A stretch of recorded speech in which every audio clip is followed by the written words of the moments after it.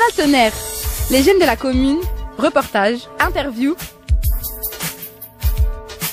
On est dans le quartier des Lys, on va demander aux jeunes s'ils savent ce que c'est le recensement.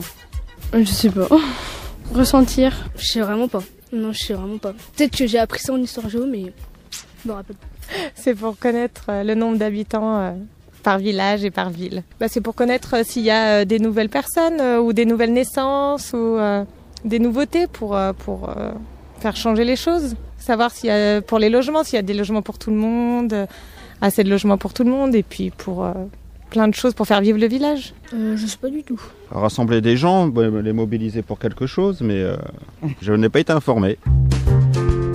Vous venez d'entendre les réponses de jeunes de 10, 14 et 32 ans à la question « Qu'est-ce que le recensement ?»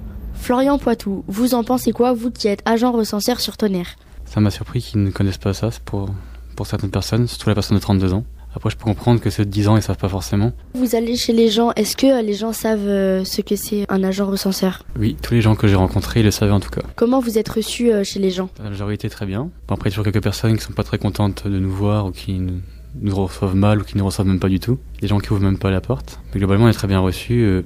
Je reçois même des fois un café ou un petit repas aussi, c'est déjà arrivé. Comment vous faites pour les gens qui ne vous reçoivent pas? Du coup, on insiste, on essaye de repasser. Mais bon, à l'arrivée, on n'arrive pas à voir tout le monde, du coup, c'est des refus.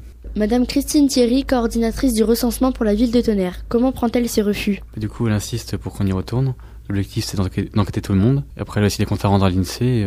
Du coup, c'est pas facile pour elle non plus. Vous nous rappelez qu'est-ce que c'est l'INSEE? C'est l'Institut National des Statistiques et des Études Économiques. Le recensement dure 5 semaines. Comment se déroulent ces 5 semaines? Tout d'abord, on a une formation de 2 demi-journées pour que les agents recenseurs soient formés au métier. Puis ensuite, on fait une tournée de reconnaissance. Et ensuite, on a vraiment 4 grosses semaines de recensement. Et là, pour le coup, on était rallongé de 3 jours pour essayer d'enquêter encore le maximum de gens qu'on n'a pas pu voir. Qu'est-ce qu'on vous apprend dans la formation? Comment aborder les gens. Puis ensuite, surtout, à bien remplir les fiches de l'INSEE.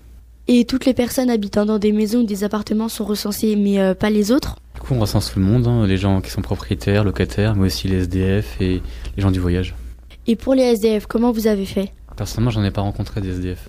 Et donc, qu'est-ce que vous en pensez de ce travail? Ce que j'ai bien aimé, et pour la raison pour laquelle je l'ai fait, c'était pour l'aspect social, rencontrer les gens, la population. Donc ça, pour ce point-là, c'était intéressant. Après, ce que j'ai moins aimé, c'est qu'il faut passer beaucoup de temps, repasser chez les gens, des fois 10, 15, 20 fois, même plus des fois, et pas avoir de réponse.